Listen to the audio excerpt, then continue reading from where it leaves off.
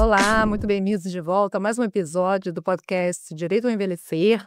Hoje teremos um episódio falando sobre o tema das diretivas antecipadas, tema muito instigante que congrega bastante as áreas do direito e da saúde. Hoje, justamente pela área de saúde, a gente tem o luxo de ter duas convidadas médicas. Eu sou Micaela Fernandes, advogada e professora, sócia do escritório Paiva e Leone Advogados, e hoje eu estou acompanhada também da minha sócia Joana Bom Tempo, a quem passo a palavra para se apresentar. Bom dia. Antes de me apresentar, queria falar que eu estou muito feliz de estar aqui com vocês hoje, falando de um tema que eu particularmente sou encantada e acredito, e acho que a gente precisa cada vez mais falar sobre ele, colocar luz para ampliar o conhecimento mesmo, né? E a elaboração mesmo desses documentos que a gente vai entrar um pouquinho mais à frente. Eu sou, como a Micaela já apresentou, sou advogada, eu sou sócia do escritório também Paiva e Leone Advogados. É um escritório que atua na área de direito de família, sucessões. Cada vez mais também a gente trabalha com planejamento sucessório e patrimonial e um planejamento voltado a cuidado de saúde, onde entra as diretivas. Eu sou especializada em direito de família, estou fazendo atualmente mestrado em direito civil na PUC e sou mediadora de conflitos. Então, passo a palavra para a Priscila. Eu sou Priscila Guerra, sou médica, né? Na verdade, tenho mestrado, tenho especialização em geriatria, oncogeriatria e cuidado paliativo, mas o que mais me define é ser uma entusiasta e uma estudiosa do envelhecimento, né? Suas nuances e seus desafios. E falando em desafio, eu tenho aqui uma super colega, né, germana, paliativista raiz e uma pessoa humana, assim, com características inquestionáveis. Germana. Bom, obrigada. Primeiro, agradecer a oportunidade de estar aqui com vocês. Estou muito feliz e honrada. Bom, como o Pri disse, eu sou médica paliativista, com título pela Academia Brasileira de Medicina. E eu acho que minha maior motivação é cuidar do outro, e cuidar do seu sofrimento, e olhar o humano no máximo de sua complexidade, completude, entendendo que a terminalidade da vida certamente mostra muitos desses lados, e precisamos ter olhar, ouvido e coração atentos para isso. Que bom. É isso mesmo, a gente quer juntar aqui técnica e empatia, né? Então, que bom, eu acho que eu estou muito bem acompanhada. E, enfim, para a gente começar, eu acho que para algumas pessoas esse tema já é conhecido, mas para a grande maioria do público, infelizmente não, esperamos mudar isso agora com esse episódio. Eu começo então perguntando o que são, afinal, as diretivas antecipadas, quais as suas espécies, como é que elas podem nos ajudar, né? Joana, você pode começar respondendo um pouco, olhando um pouquinho do ponto de vista jurídico? Então, assim, o que eu acho importante de trazer nesse início, para a gente começar nosso papo, né? As diretivas antecipadas de vontade, elas são conceituadas como um gênero de documentos, do qual são espécies vários outros documentos. Elas foram introduzidas inicialmente, né? O país que começou a tratar disso foi os Estados Unidos lá na década de 60. E as diretivas, elas surgiram através de dois casos concretos. Foram casos de duas jovens que tiveram, por diferentes questões, ficaram acometidas por situações irreversíveis e, como não tinham se manifestado, não tinham colocado, expressado seus desejos, né, num documento, a situação acabou sendo resolvida no tribunal e durou muitos anos, e gerando, inevitavelmente, um sofrimento para elas, que estavam ali ainda biologicamente vivas, mas para a família. Esses casos geraram um clamor social, um receio social muito grande na sociedade americana e impulsionou, principalmente, uma lei federal, a primeira lei federal na década de 90, que introduziu as diretivas antecipadas de vontade exatamente como esse gênero de documentos, do qual são espécies várias, né?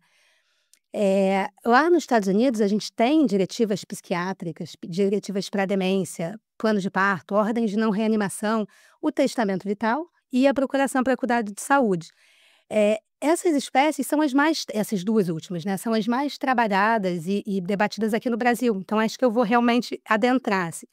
O testamento vital, ele é um documento onde a pessoa, né, onde o paciente, a pessoa que o faz, ele pode manifestar, ele deve manifestar quais são os cuidados, quais são os tratamentos médicos, os cuidados de saúde que ele deseja ou não ser submetido em um caso, e aí a gente associa isso, é muito importante ficar claro, duas hipóteses, assim, que precisam estar presentes. Uma é uma falta de capacidade decisória.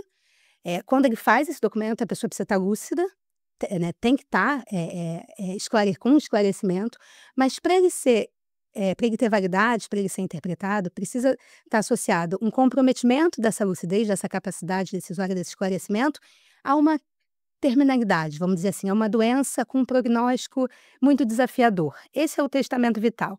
Nesse documento, é possível que a pessoa, que o paciente, que a pessoa que o faz, indique, já nomeie eh, uma pessoa de sua confiança, que conhece profundamente os seus valores, o que é vida para essa pessoa, que vai ficar responsável por auxiliar a equipe médica e a esclarecer alguns pontos, se for necessário usar esse documento. É o procurador, que a gente chama para cuidado de saúde.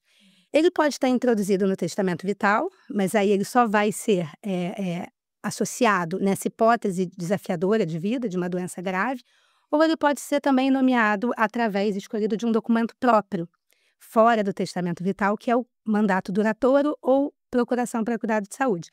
Esses 2 documentos, e até para não me estender muito, eles são os mais conhecidos dentro dessas diretivas, eles são os mais conhecidos, são os mais debatidos no Brasil. E falando assim, desde já, a importância da gente desenvolver e trabalhar mais esses temas no Brasil. Eles estão muito mais desenvolvidos lá fora. Eu acho que a gente vai falar isso um pouquinho mais à frente, né? Sim.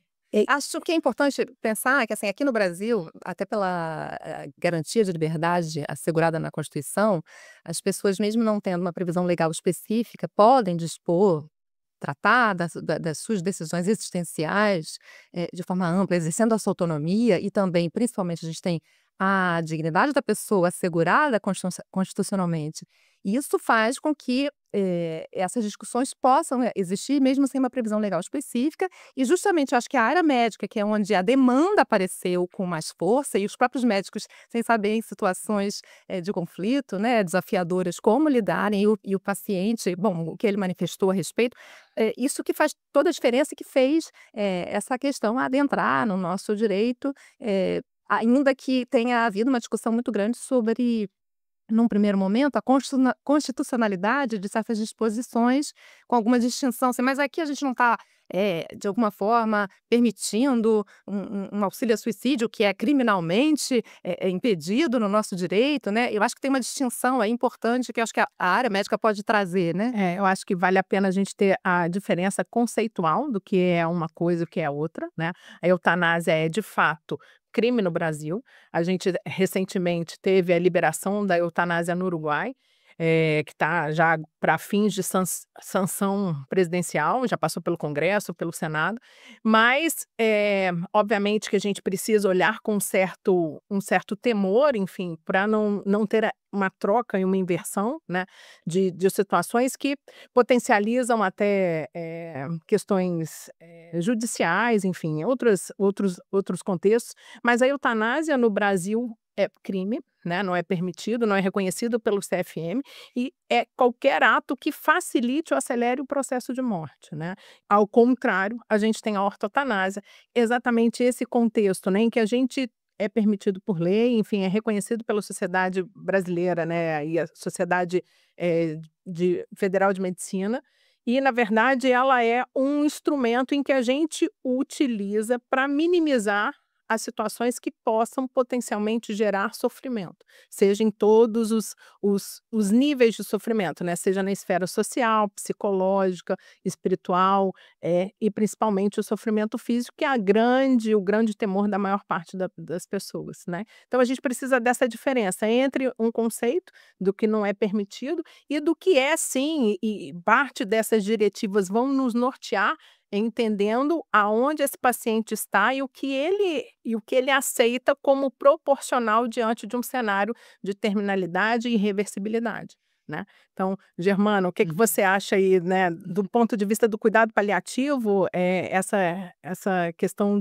da ortotanásia, como é que a gente tem encarado isso no Brasil? Como é que é? Bom, acho que é muito isso que a Pri colocou, né, a gente tem na ortotanásia, a melhor prática, né, a prática onde você vislumbra que o melhor cuidado vai ser alcançado, sem que você necessariamente utilize procedimentos invasivos que não vão ser ponte para a melhora desse paciente, procedimentos que muitas vezes só vão ser prolongadores do sofrimento. E quando a gente fala, né, sobre sofrimento, a gente, óbvio, que acrescenta a isso um nível de subjetividade, e por isso que as diretivas são tão importantes, porque eu consigo colocar ali o que seria sofrimento para mim. Porque não necessariamente para mim fazer uma hemodiálise é um sofrimento, talvez para você seja. Sim. Então a gente aproveita essa oportunidade enquanto a pessoa está lúcida e orientada, né? Isso é muito importante que a Joana falou, por isso que a antecipação da realização da sua diretiva antecipada é essencial, até para a gente garantir esse cumprimento. Então a gente consegue fazer com que o melhor cuidado chegue a você, entendendo que é melhor cuidado para você. Muito bom. E é justamente eu achei interessante, não à toa a gente quis trazer as duas, né? Porque essa questão ela se coloca em dois momentos. Num momento em que você tem, de repente, um diagnóstico desafiador e que exige um planejamento e que pode ser acompanhado pelo médico assistente, mas também por um profissional do direito que vai assegurar ali a formatação, a construção de um documento que tenha segurança jurídica para todos os envolvidos e possa efetivamente ser utilizado quando ele for necessário. Então, tem um momento do diagnóstico, em que normalmente o geriatra, ou dependendo de outra especialidade, pode ser também, mas o médico assistente vai ajudar o paciente a ter conhecimento sobre essa possibilidade, e depois, num segundo momento, em que ele vai ser utilizado efetivamente. Então, em que ele vai ser invocado, seja pelo próprio procurador que foi nomeado, quando o paciente, de repente, está num momento que já não consegue mais se manifestar, mas também seja pelo próprio paciente, se ele ainda puder, olha, lembrem que tem esse documento e eu quero que ele seja usado como referência para a equipe médica, para os paliativistas, para quem estiver me acompanhando, por exemplo, num ambiente de internação hospitalar, né? Agora, é interessante, acho que para a gente avançar mais um pouco no tema, né, pensar como na prática esses documentos são produzidos e como eles podem ser invocados e quais os desafios na sua utilização, né? Eh, Joana quer falar um pouco sobre esses. Esses documentos, o que eu acho que é importante, assim, né, ele é um documento, ao meu ver, que deveria ter um olhar multidisciplinar. É claro que o olhar da medicina assim, muito importante, né, eu digo que seria o número um, porque é um documento que o objeto dele, o conteúdo, ele é acerca de tratamento médico e cuidados de saúde, né. Então é muito importante que o paciente, que a pessoa, né, faça acompanhada, se for possível, de um médico da sua confiança que já conhece aquele histórico, que conhece as doenças, que já perpassam por aquela família, que muitas vezes vão acontecendo de geração para geração, e também de um advogado, porque ele é um documento que ele tem, e ele vai ter, se ele for utilizado, ele vai ter uma eficácia na área jurídica também. Então ele precisa respeitar o nosso ordenamento, assim. Hoje em dia, ele não tem, e como não tem uma lei específica, né, e acho que é importante só a gente voltar um pouquinho antes de trazer para as formas, como a Priscila falou, ele é um documento considerado totalmente válido e constitucional no nosso ordenamento. Eu acho que isso é importante que fique claro, assim, desde o começo da nossa conversa. Não tem uma lei específica abordando esse tema, o que traz vários desafios, né? Desafios sobre a forma exigida, desafios sobre a idade mínima a ser feito, quais os tratamentos que podem ser tratados naquele documento, né? Recusados ou não recusados. Mas existem resoluções do Conselho Federal de Medicina, eu não vou entrar muito, talvez vocês entrem um pouco mais à frente, mas que introduziram esse tema.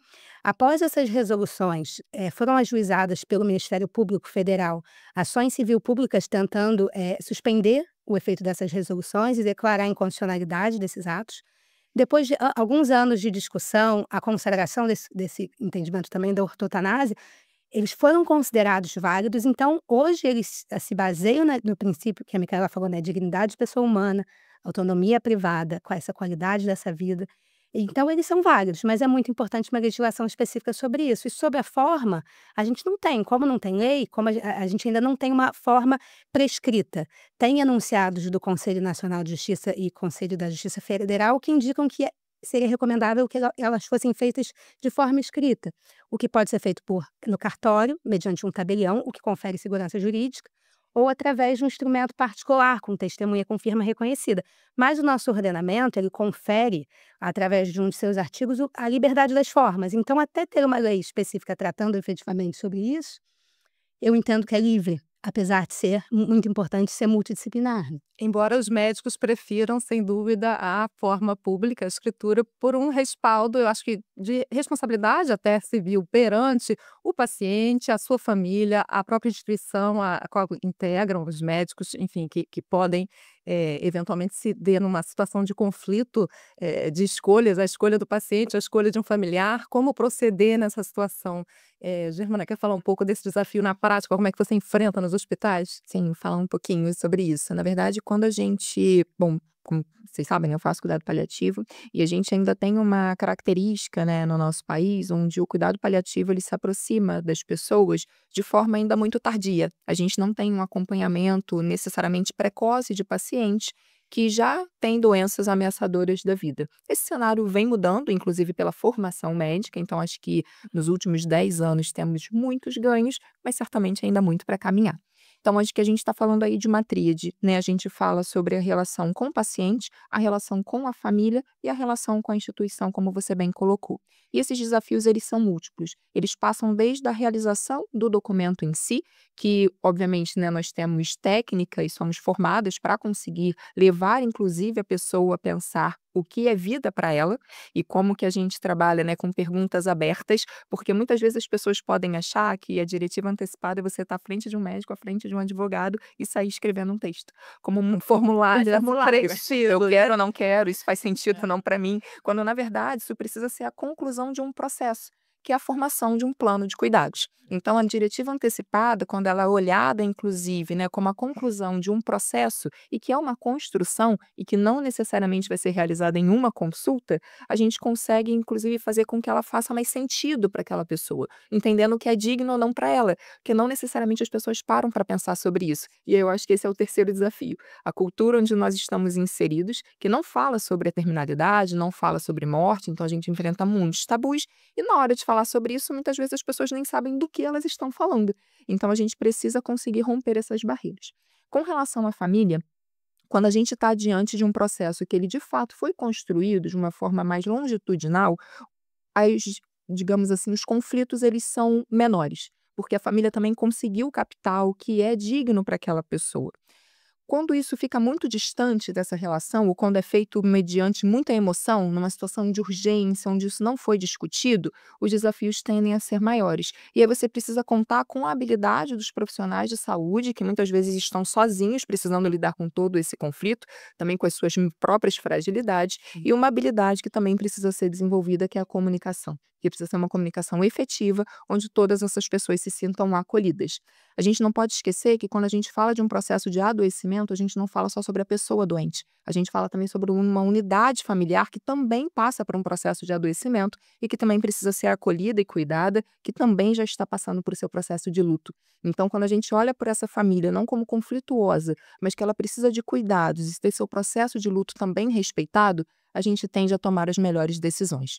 Com relação às instituições, juro que vou ser breve, a gente precisa estar atento, porque nem todas as instituições elas contam com regimes que deixam claro, seja para paciente, família e para o próprio profissional, um ambiente seguro das suas ações.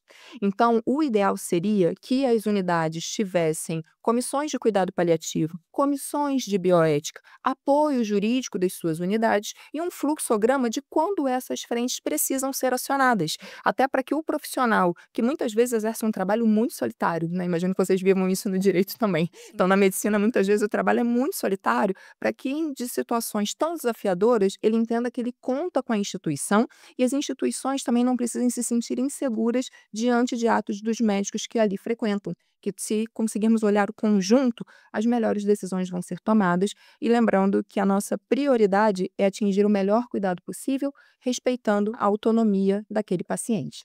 Maravilhoso, bem didático.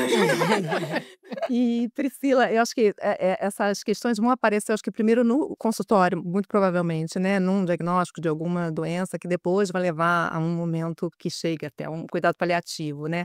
Na prática, como isso aparece para você? Como é que você costuma abordar isso com o paciente? E é engraçado porque, enquanto a Gemma falava, óbvio que a família tem que estar sempre muito envolvida, isso evita o risco de conflitos depois, né? Dos desejos, tem muitas questões envolvidas.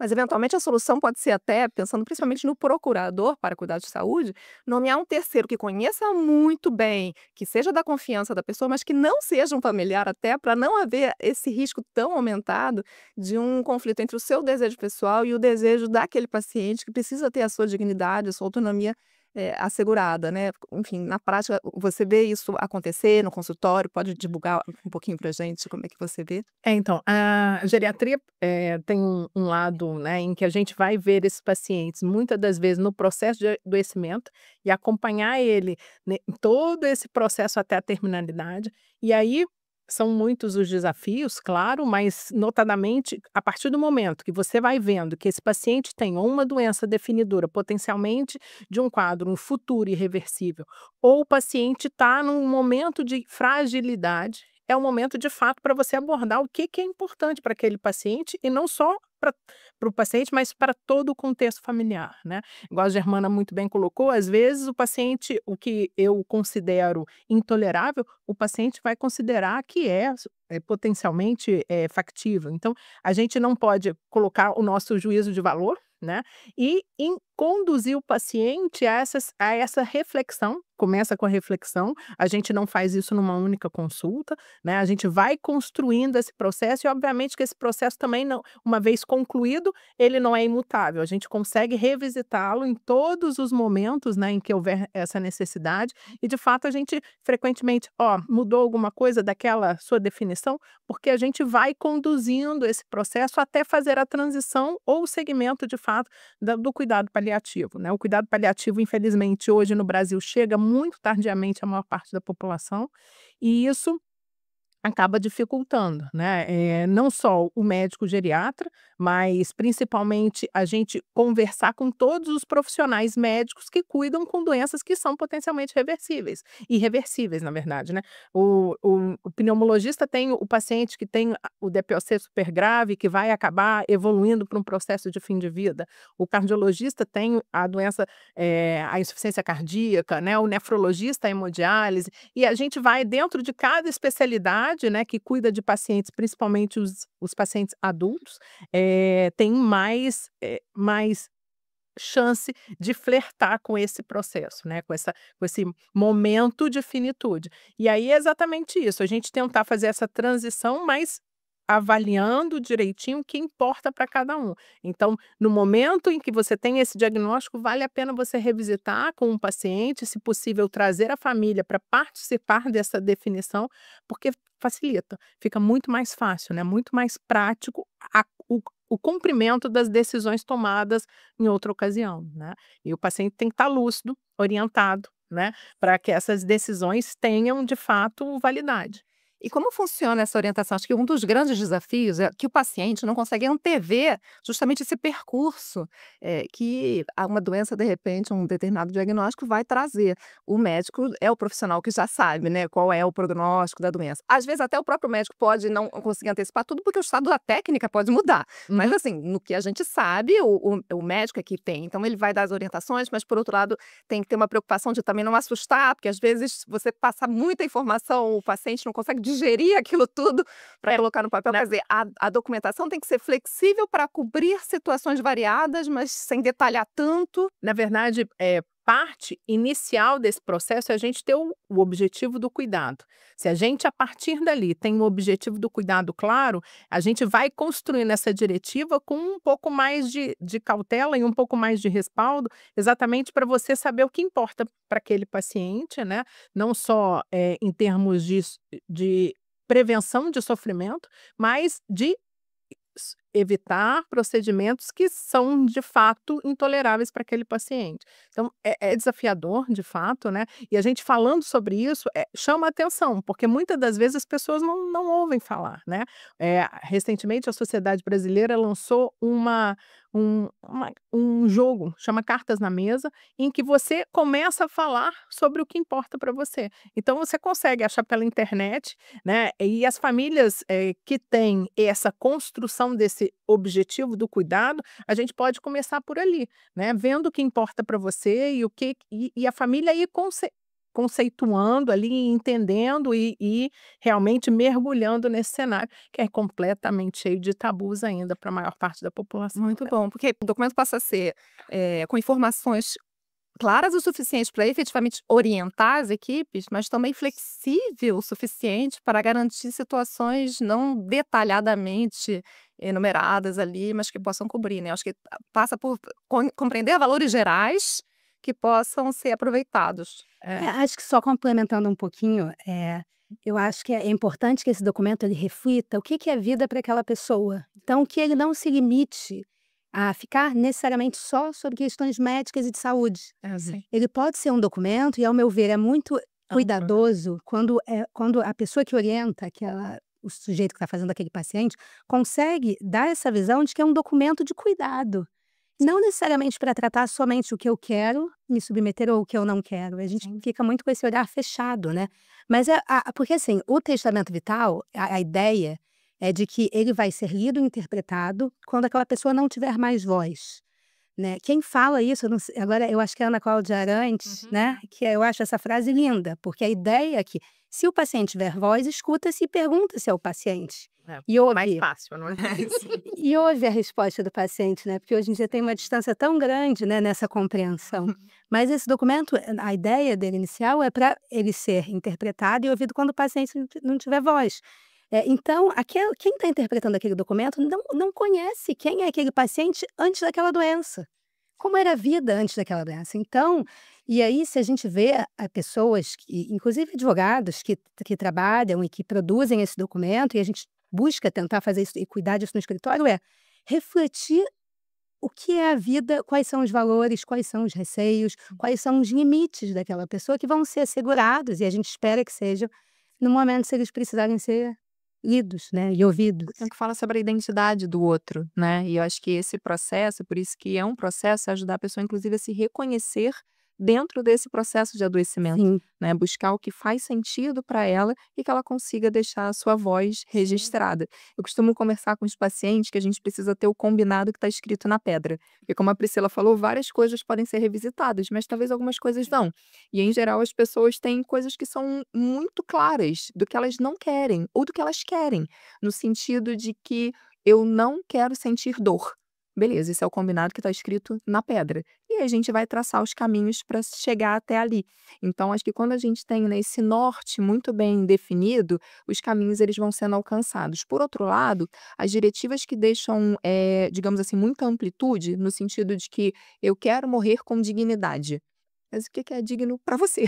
Talvez isso não ajude tanto, porque talvez eu use mais o meu valor do que o seu. Mas quando a gente tem questões, né, que são muito claramente pontuadas e também dá o peso necessário, né, de que a gente está ali para respeitar a autonomia, mas enquanto essa pessoa responde por si, ela tem o direito de revisitar isso tudo. Eu já tive pacientes que já tinham alcançado, né, a vontade de não realizar mais tratamentos que eram modificadores, no caso era um linfoma, até que o filho foi casar. Ele falou: "Eu preciso estar vivo até o casamento do meu filho". E ele se submeteu a ser tratado, porque ele queria alcançar o casamento do filho. Óbvio que o filho antecipou tudo, o casamento foi próximo, ia ser numa outra cidade, mas ele conseguiu estar no casamento do filho. Então, ou quer ver um neto nascer, né? Então, assim, tem muitas coisas que são parte da vida e foi muito bem aplicado isso que você falou, né? Porque quando a gente fala sobre o outro, a gente precisa ter esse olhar multidimensional. Talvez o que faça. Eu tenho 3 filhos pequenos. Muitas coisas hoje eu me submeteria para vê-los mais um dia. E talvez daqui a 50 anos não, porque eu já talvez já visto muitas das coisas, né, que eu já gostaria de ver. Então a gente precisa entender, né, que quando a gente fala com um humano, e nós trabalhamos com um humano, a gente precisa ter também o nosso olhar ampliado, passar por muitas questões que estão relacionadas ao autoconhecimento, para a gente conseguir fornecer ao outro a possibilidade deles também se conhecerem, se reconhecerem diante do desafio que é adoecer e ao término da vida. E eu achei maravilhoso você mencionar que enquanto a vida, na prática, há possibilidade de movimento, de mudança de decisão, né? A gente tem que ter cuidado porque às vezes essa mudança de decisão ela pode estar influenciada seja por uma perda cognitiva ou por um estado psicológico alterado e aí a gente tem que ver até que ponto esse documento, justamente, o documento foi produzido para quando a pessoa estiver, enfim, sofrendo essa alteração, ela saber o que ela escolheu antes, né? E acho que é um desafio para o médico. Como é que vocês lidam com isso na prática, né? Na prática isso acaba sendo realmente muito desafiador, né, por isso certamente lidar até com esse período ali, né, da perda cognitiva, né, que leve, moderada, enfim, mas a gente precisa entender, né, que a autonomia, ela precisa ser soberana, né, que não necessariamente por eu ter um déficit cognitivo leve, eu sou necessariamente incapaz de responder por mim. e pelas minhas vontades. Mas você coloca muito bem, quando a gente está diante de um sofrimento muito grande, talvez a gente tenha dificuldade de tomar as melhores decisões. E é por isso que, mais uma vez, reforça a necessidade das diretivas elas serem realizadas de forma antecipada, para que a pessoa consiga usar o máximo da sua plenitude de pensar e do saber para conseguir tomar determinadas decisões mesmo, né, do que ela quer de forma mais consciente. Por outro lado, não há como a gente não trazer, né, para essa discussão questões que estão relacionadas a sofrimentos que são considerados intoleráveis. Então, a gente tem isso muito claro, né, e a medicina paliativa fala muito sobre isso, que é o que é intolerável para você. Às vezes, as pessoas estão diante de um sofrimento existencial gigantesco e que faz com que, de fato, elas não queiram mais ser submetidas a determinados tratamentos. E quem somos nós para não considerar isso como legível?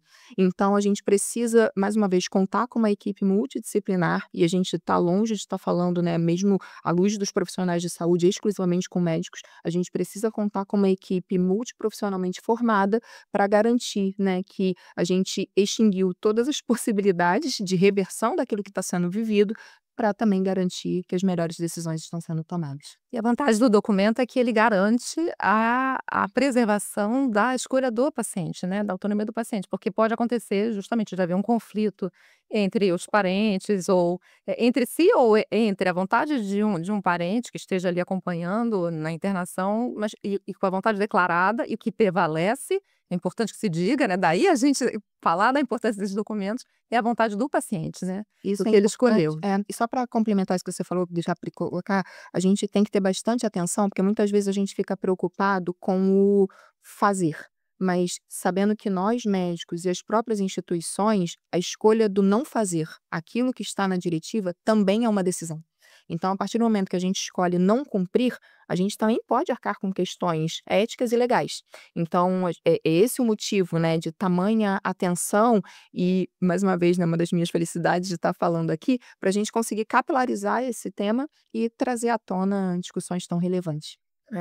É importante que a família tenha conhecimento de tudo que você criou, né? Porque a gente vive situações em que isso, o paciente desenha com os seus, né, com o seu médico, com a sua equipe, muitas das vezes com advogados, né, ou até registrado em cartório, mas a família não tem conhecimento. E aí a gente passa por situações, e frequentemente eu e Germana vivemos particularmente recente uma situação em que a paciente foi reanimada contra a vontade porque a filha não conhecia o documento. Então, e aí, o que que a gente faz, não é? E exatamente é esse o processo, assim, a gente precisa de fato não só fazer, mas levar o conhecimento de que está feito, né, para permitir que você tenha de fato todos os seus processos atendidos, né, todas a sua dinâmica ali conduzida da melhor maneira possível, porque é exatamente isso, são muitos os desafios, né, e obviamente o direito vem ajudar a gente na concretização desse processo, porque muitas das vezes a gente, né, principalmente as pessoas que não têm formação em cuidado paliativo, se veem em situações de dúvidas. Ah, será que se eu não fizer eu vou ser processado, né? Porque existe ali a questão da Jurisdicionalização. isso, Judicialização. a judicialização, obrigada, a judicialização de todo o contexto médico, né? Então, a gente vive situações de muitos conflitos, principalmente em lugares em que o cuidado paliativo não está bem consolidado. Então, é isso, assim, a gente ter, né, não só a confecção, mas também todo o apoio jurídico nessa determinação, para garantir que O o que me paciente faz seja. pensar, acho que na ponte a gente já tem que fechar a nossa conversa para não estourar nosso tempo, mas nos nossos desejos para o futuro sobre o tema, né? Eu acho que um dos pontos é a ampliação do conhecimento, da formação das pessoas da área técnica, mas também do conhecimento da população em geral sobre esse instrumento. Vocês querem falar um pouquinho, acho que sobre esses desejos para o futuro ligados ao tema, para a gente conversar? Eu posso começar. Eu acho que um dos meus maiores desejos já vem sendo realizados. Que a gente conseguir, em momentos como esse, trazer temas que são tão duros, né? De uma forma, acho que acessível à população. Isso a gente tem uma revista, né, The Economist, que ela faz uma classificação dos países com relação à qualidade de morte. E uma das suas últimas classificações, um dos itens que foram elencados, era justamente o acesso à população a falar sobre a terminalidade, a falar sobre a morte. E acho que a gente conseguiu também fazer isso aqui. Então, quando a gente fala sobre isso, acho que a gente já vem nesse caminhar, mas expandir o conhecimento sobre cuidado paliativo, sobre comunicação, tanto na frente médica quanto para outros profissionais de saúde e também fora da saúde, eu acho que é o caminho para a gente garantir a autonomia e o melhor cuidado. Muito bom. Eu puxaria, para mim, assim, sem dúvida, esse, como eu falei na minha fala inicial, né? E eu acho que o que é muito legal de estar aqui debatendo, trocando com vocês, é porque eu acho que é um tema que precisa ganhar luz. E está ganhando, né? Hoje em dia a gente tem filmes falando sobre isso, a gente tem artistas falando sobre isso, né? Mas precisa ter política pública, precisa ter debate em faculdade. Eu me formei na graduação em Direito há 10 anos atrás, 8, 9 anos atrás, aqui na PUC do Rio de Janeiro, que é uma faculdade maravilhosa, mas eu não tive uma matéria de bioética especificamente, hoje em dia já tem. Né? Então, esse assunto ele precisa ser trazido para perto em diversos setores. Na classe médica, no setor médico, sem dúvida, precisa ser ampliado, no setor jurídico mais ainda, mas a importância e o desafio de desmistificar temas que são desafiadores de falar, porque é preciso ter coragem de falar de alguns assuntos, mas se a gente não falar, não significa que eles não existam, né? E puxando um pouquinho para o meu ramo, porque eu acho que é super importante, eu penso que existem projetos de leis, mas que não avançaram muito. E a legislação, ao meu ver, ela tem uma possibilidade, e aí é claro que uma legislação bem feita, e bem trabalhada e bem discutida na sociedade, né? Ouvindo diferentes vieses, ele tem um potencial de trazer segurança. Segurança para a pessoa que faz esses documentos, e aí ampliar a elaboração disso, e segurança, como vocês trouxeram, para os médicos, né, de que não vai ocorrer, ou então que vai minimizar, porque fechar essa porta a gente não consegue, a possibilidade de responsabilização, Sim. né, que ninguém quer. Então, eu acho que trazendo um pouquinho, acho que a legislação, ela responde várias dúvidas que a gente ainda tem sobre esse tema. Assim.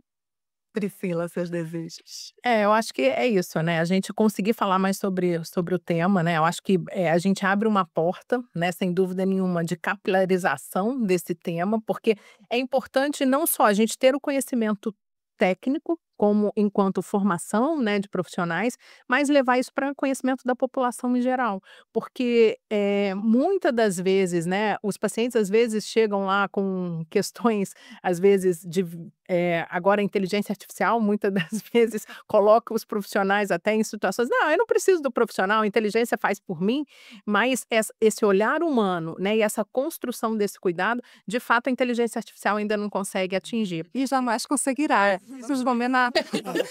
Exatamente, mas é isso, é a gente poder ter consciência, né, na construção desse melhor cuidado, porque é isso, o que importa para mim nem sempre é o que importa para você, e a gente ir construindo esse cuidado da melhor maneira possível. Muito bom. Eu juntando um pouquinho do que vocês falaram, e você mencionou, Germana, acesso, Joana falou de segurança, você falou de construção, eu penso que, pensando em política pública mesmo, talvez como a gente tem o consumidor.gov para resolver tantas questões ligadas aos direitos dos consumidores, talvez a gente pudesse ter um diretivas.gov para permitir que as pessoas pudessem ali declarar, porque hoje tem uma questão importante, acho que para todos os envolvidos, de segurança jurídica, de saber, já que justamente não tem legislação, né, saber até onde pode ir e a validade, a eficácia desse documento, né?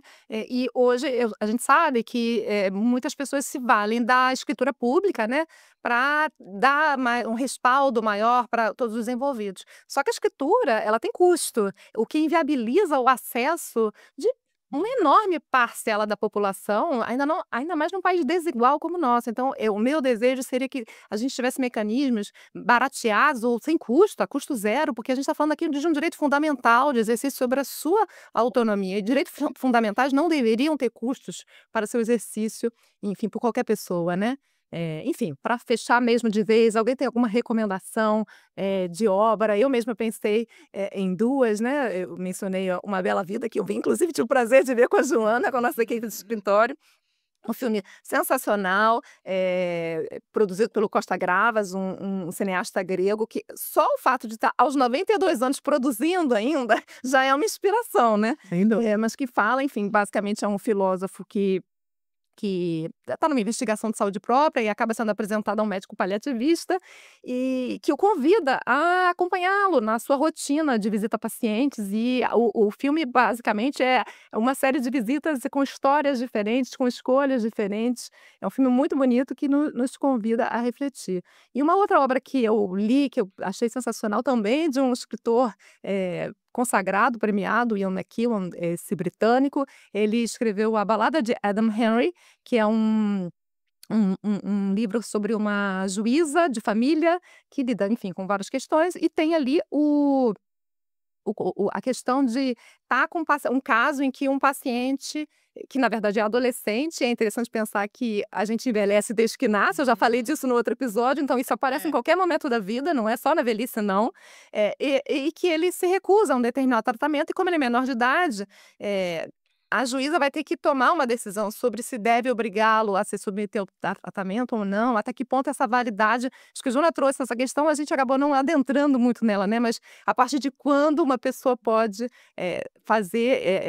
elaborar uma diretiva antecipada, seja o testamento, seja a procuração para cuidar de saúde, e qual o peso desse documento na prática lá na frente, né? São obras, eu acho que me tocaram, me levam a conversam, dialogam muito com essa nossa conversa aqui hoje. Vocês têm Eu alguma outra queria falar só referência? dos cartas na mesa, esse jogo que começa a estimular as pessoas a construir o que é importante, né? O que importa para mim. Então, e fazer isso no cenário familiar. Eu acho que é super importante, é uma forma, né, de desmistificar e de tirar um pouco desse tabu da gente falar sobre morte e as condições, né, e levar realmente o que importa para você. Então, cartas na mesa é um baralho que é muito legal. Acho que vale a pena. Bacana. Então eu vou ficar com um clássico do cuidado paliativo, que é justamente da Ana Cláudia Quintana Roth, que é A Morte é um Dia que Vale a Pena Viver. Apesar do título falar sobre morte, é um livro que fala sobre vida. E justamente pensando sobre a nossa finitude, a gente valoriza o hoje e constrói certamente com muito mais propósito dia a dia. Então, finalizando aqui, eu também, assim, eu pensei, quando você perguntou, pensei na Ana Cláudia, porque para mim É uma grande referência. assim, é uma grande referência nesse universo, né, dos cuidados paliativos, e foi quem me introduziu. Eu não a conheço, mas através dos livros. Então eu indicaria o Histórias Lindas de Morrer. E é isso, a visão dela, por mais que ela traga a vivência, ela traz o olhar sobre a vida. A gente não está necessariamente falando da finitude, porque até o último suspiro estamos vivos. Então vamos cuidar desse momento. Muito bom. Eu acho que também, você falando, me lembrei é uma pessoa mais da área jurídica, então uma leitura mais técnica, mas acho que uma grande referência no Brasil hoje é a Luciana Dadalto. Então, e ela tem site, eu tenho o testamentovital.org. Acho que para quem se interessar pelo tema, vale consultar também essa fonte. É isso, gente. Muito bom conversar com vocês. Mesmo temas difíceis, conseguem ser mais leves, conseguem, né, ser enfrentados. E essa é a ideia, trazer aqui de tudo um pouco, né? Alguns temas mais felizes, outros mais desafiadores, mas está sendo maravilhoso seguir esse projeto adiante. Muito obrigada. Queria mais uma vez agradecer pela oportunidade. Foi um grande prazer. Aprendi bastante, o que é sempre bom, e espero também ter conseguido contribuir. Obrigada mesmo. Eu também só tenho a agradecer, né, o segundo episódio aí participando, e levando essas discussões mais à frente. Acho que é super importante para a gente construir o que de fato importa para cada um, né? Então, muito obrigada pela oportunidade de estar aqui dividindo a mesa com vocês e com a minha amiga especial Germana. Muito bom. Eu esqueci de pedir para vocês a referência, os contatos, se vocês quiserem deixar, dos trabalhos, redes sociais, se quiserem, se tiver, lógico, né? Instituto Ponto Matera, né, que é a nossa clínica voltada aí para os pacientes idosos e nos desafios do cuidado paliativo, né? Então, deixa aí meu Instagram, Instituto.matera. Tá ótimo. Tá. Joana? Eu tenho o Instagram do escritório, é Paiva e Leone Advogados, que é um escritório, como eu falei no início, né, que atua especializado na área de família, sucessões, planejamento patrimonial e sucessório, e esse olhar humano, né, olhando como um sistema, como um todo. E assim, o que eu gostaria é que que esse podcast, que essa conversa tenha sido um iniciozinho, assim, desse contato, e que a gente siga trabalhando, porque é algo que nós acreditamos aqui. que a gente siga juntas de alguma forma. É uma super parceria. Eu quero. Bom, para fechar o meu contato, além do escritório, lógico, como eu tenho um Instagram também por conta das minhas atividades acadêmicas, então eu deixo Micaela Bebê Fernandes.